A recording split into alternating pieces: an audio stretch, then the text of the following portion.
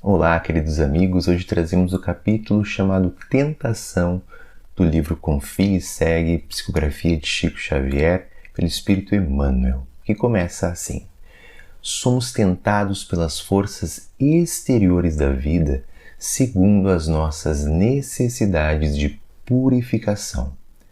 Isso equivale a dizer que cada criatura sofre a tentação conforme a natureza que lhe é própria.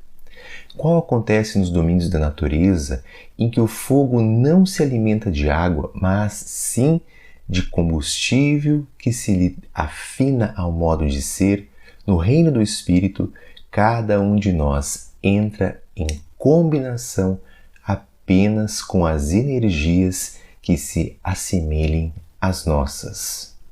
Assim é que renascemos habitualmente no plano físico, transportando conosco as deficiências individuais e os problemas domésticos que nos reclamam extinção ou ajustamento. Espíritos entregues à usura e à crueldade, em muitas circunstâncias ressurgem no berço de ouro, experimentando de novo a tentação da sovinice e do orgulho, de modo a superá-los, e almas cristalizadas na revolta e na indisciplina, nos lares empobrecidos, atravessando novamente a tentação do desespero e da delinquência para vencê-los suficientemente. Reunimos-nos através da família consanguínea, muitas vezes com as nossas aversões mais profundas, para transformá-las em amor puro ao preço do perdão e serviço, devotamento e renúncia. E em todos os quadros da luta humana somos defrontados por rudes provas que nos falam de perto as próprias necessidades, a fim de que, na sublime vitória sobre nós mesmos, saibamos buscar os cismos da vida. Não te creias simplesmente tentado pelos outros a descida ao despenhadeiro das trevas. Somos nós mesmos que, estendendo o fio do desejo, atraímos em nosso prejuízo ou em nosso favor as companhias que nos acrescentarão as forças para a queda nas sombras ou para a ascensão à luz divina. Emmanuel.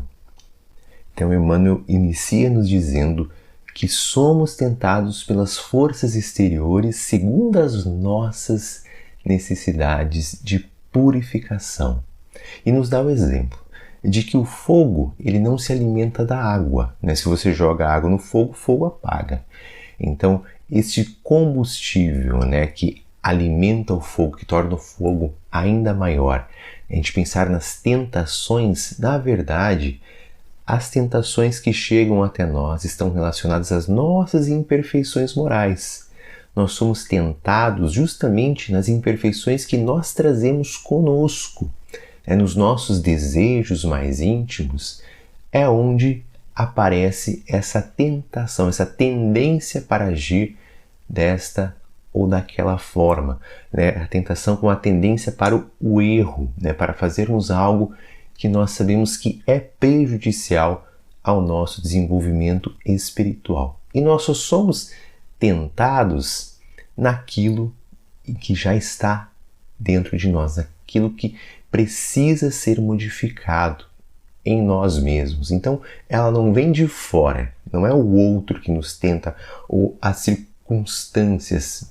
As circunstâncias são as mesmas para todos, nós que nos sentimos tentados. Então, nós que precisamos trabalhar em nós mesmos, nos purificar, que é desenvolver as virtudes, que é vencer os arrastamentos, não deixar simplesmente que esta vontade ou aquela outra, estes desejos, eles ocorram de forma como se fosse de forma natural, dar fluidez para isso, quando nós sabemos que isso é prejudicial para nós. Devemos sim desenvolver o autocontrole e o desenvolvimento das virtudes. E ele vai nos exemplificando.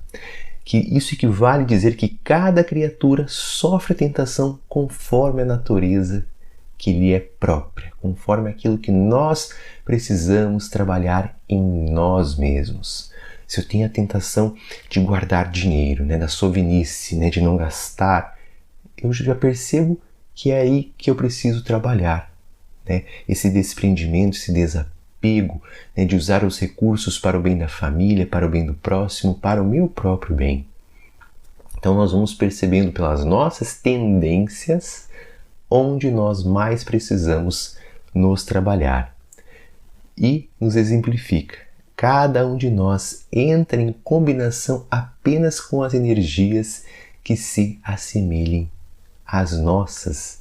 Então não vem de fora, está em nós. O que está fora somente acende aquele fogo que já está dentro de nós e precisa ser transformado.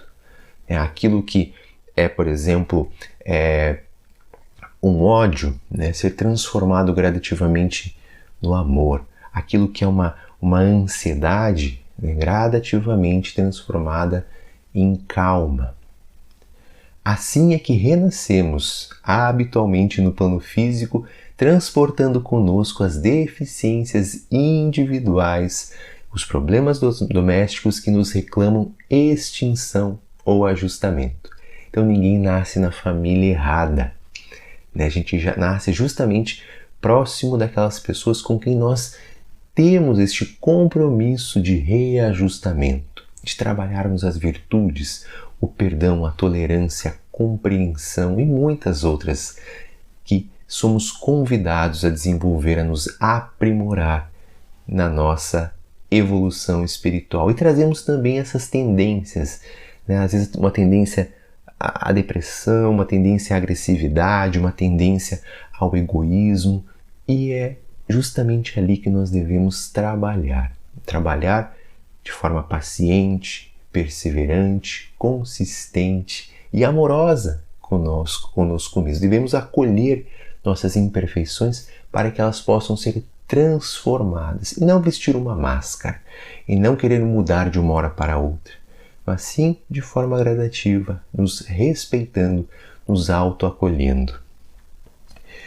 E um exemplo que ele nos dá, aquele espírito entregue à usura, à crueldade, muitas vezes ressurge no berço de ouro, com vastos recursos, para aprender a lidar, para verificar se aprende a repartir, aprende a ser mais dócil, aprende a fazer uso dos recursos para o bem coletivo, de forma amorosa para consigo e para com os outros. E já outro exemplo, almas cristalizadas na revolta, na indisciplina, comumente nascem em lares empobrecidos, para ali poder trabalhar essas tentações, em relação ao desespero, à delinquência, para superar, para ao invés de novamente vivenciar o desespero, desenvolver a esperança, desenvolver a disciplina, desenvolver as virtudes. Então, todos nós estamos aqui como aprendizes para desenvolvermos as virtudes como espíritos imortais que somos. Não te creias simplesmente tentado pelos outros à descida do despenhadeiro das trevas. Então é como se os outros estivessem o tempo todo nos empurrando, para perdermos a paciência, para ficarmos nervosos. E na verdade não, na verdade nós que perdemos a paciência, nós que ficamos nervosos com o que os outros fazem com a gente. Nós temos o poder sobre o nosso sentimento, sobre o nosso pensamento. Então é aí que nós devemos trabalhar, para neste trabalho íntimo nós conseguirmos aproveitar estas oportunidades.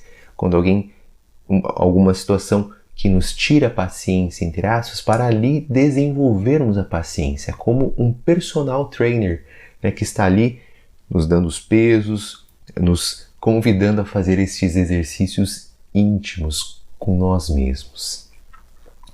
Somos nós que, estendendo o fio do desejo, ou seja, aquilo que nós buscamos com a nossa vontade, Não, eu quero me melhorar. Eu não quero me melhorar. Do jeito que tá. Não, eu quero me melhorar. Eu vou me esforçar. Isso me faz bem para o outro. Sei que sou espírito imortal, sei que todas as virtudes que eu desenvolver levarei comigo após o desencarne. Então vamos lá, quando estendendo o fio do desejo, né? Esticando esse fio, estendendo, usando a nossa vontade, nós atraímos em nosso prejuízo ou em nosso favor, ou em nossa ajuda, companhias espirituais. Conforme aquilo que buscamos, nós atraímos. Quando buscamos o bem, a conexão com o nosso espírito protetor, nosso anjo da guarda, fica amplificada, fica mais intensa. E nós passamos a ter ideias, vontades, começam a vir intuições que nos auxiliam muito em nosso trabalho, em nossa casa, em nosso dia a dia, acrescentando forças para a nossa ascensão, para o nosso desenvolvimento espiritual. E da mesma forma, quando nós desejamos o mal, ou ficamos na inveja, ficamos na raiva, né, na mágoa, nós atraímos companhias não muito agradáveis que vão nos intuindo ideias não muito boas e que favorecem nosso mau humor, nossa tristeza, nosso desânimo. Então busquemos as boas companhias, utilizemos o fio da vontade para nos conectarmos com os amigos espirituais e buscando acreditar em Deus, na vida e em nós mesmos. Até o nosso próximo encontro.